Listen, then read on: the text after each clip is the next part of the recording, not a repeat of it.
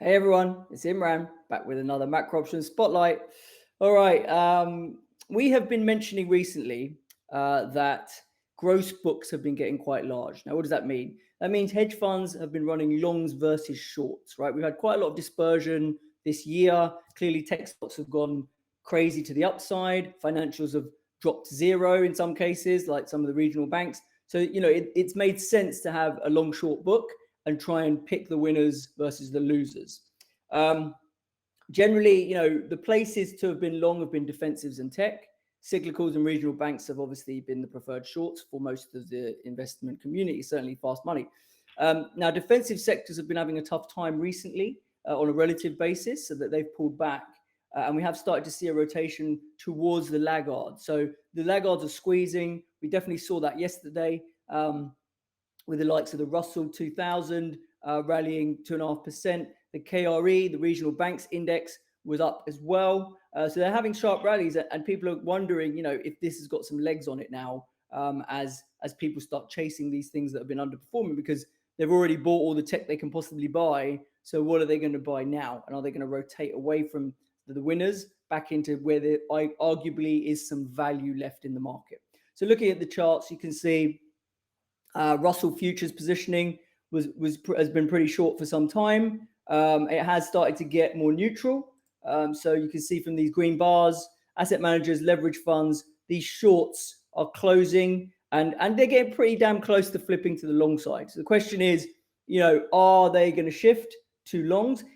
We see the books are being squared here, but the key question for markets will be, do they have the guts to go long and chase this rally some more? Okay. Ultimately, whilst we think they could, looking at the KRE, that is a major drop from a technical perspective. That looks like an impulsive move. A corrective move might look like this, may even get back to 50 or so over the summer. Who knows? Before the next leg of the banking issues comes back in. So we do think ultimately there will be a selling opportunity here. We are a bit hesitant right now to lean strongly against these flows, though, because summer rallies on thin volumes can be brutal for the shorts. I've experienced many in my 20 plus year career, and they can leave you scratching your head for quite some time. And they can, what they're very good at is just inflicting pain, right? If there's pain to be had, the market knows how to seek it out and find it, right? So I would just be careful. That's why those of you who follow along with our options overlay portfolio will see and know that anytime I do try to sell the market and I try to put on bearish bets, I do it in a contained way. I do it in a way that we're not going to lose our shirt if we get caught the wrong side of it. And actually, sometimes we do it in a way where the market rallies enough to the upside, we actually end up at zero or flat on a trade that arguably was put on to play the short side. And that's what you can do with optionality if you understand how to use it effectively. Okay, moving on to our dashboard. What did we see yesterday? Stocks once again ending in the green, helped by some positive narrative shifting from Goldman's around recession probabilities.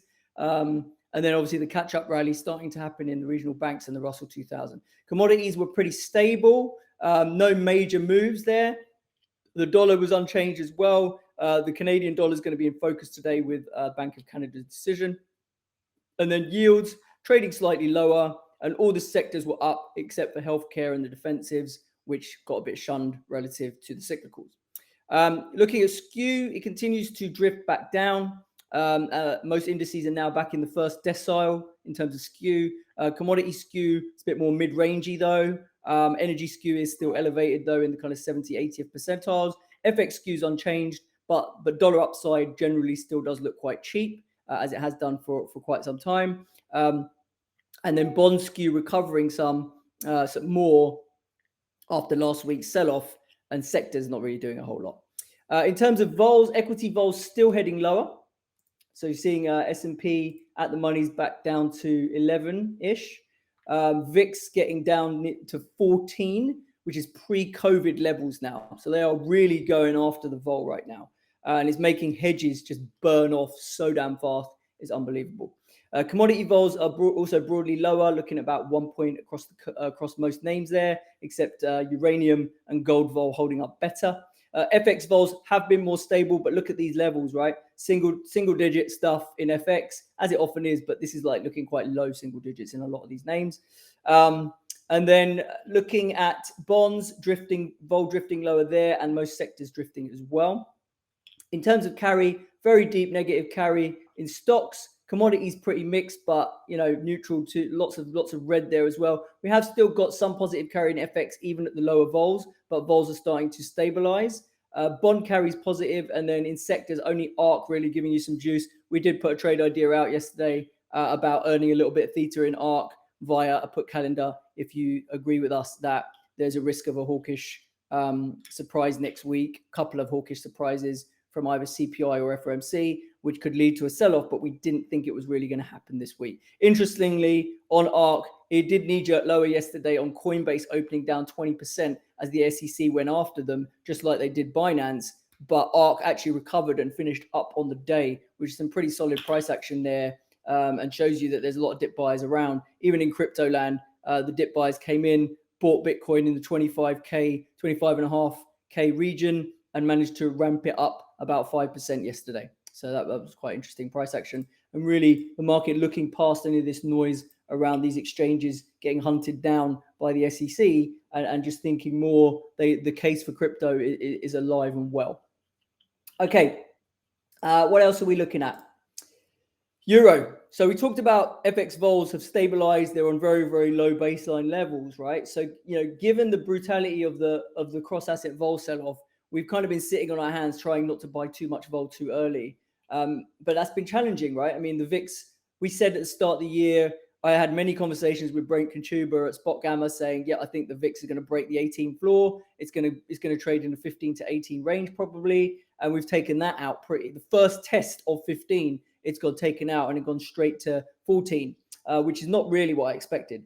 Now, the market does seem to be discounting next week's macro events with CPI and FOMC. So we think you can now safely take the other side of this oversold vol, particularly in macro vol. And what do we call macro vol? Generally, we call FX vol macro vol. Okay, it's kind of the most macro vol there is really.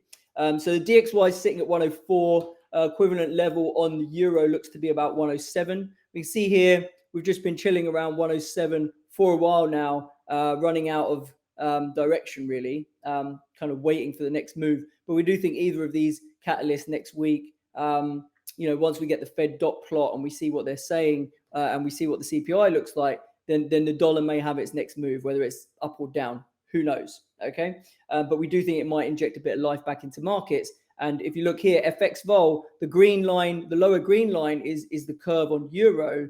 And whilst normally it would trade in line with the likes of sterling or even dollar yen and Aussie are up here.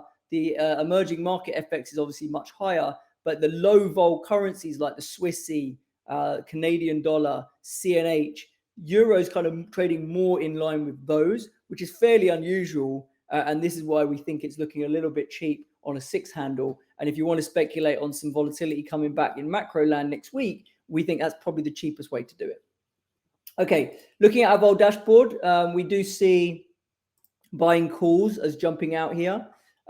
So we're not so sure buying calls is the move, just because whilst we may well bounce off these lower levels on euro, if we were to break down because we've got hawkish numbers and hawkish rhetoric out of the FOMC, the dollar could easily rally and euro could head down to 105. So we would rather buy a more delta neutral structure, given that vol is low. Look how cheap vol is down here. It's kind of, lows of the year easily. So we think, and the curve is pretty flat as well. So you kind of pick your maturity. But for us, basically, we're thinking of a relatively short-term tactical view over the next week to 2 weeks. So we would get involved with some straddles. All right. Thanks for listening, everyone. I'll catch you all tomorrow. Cheers.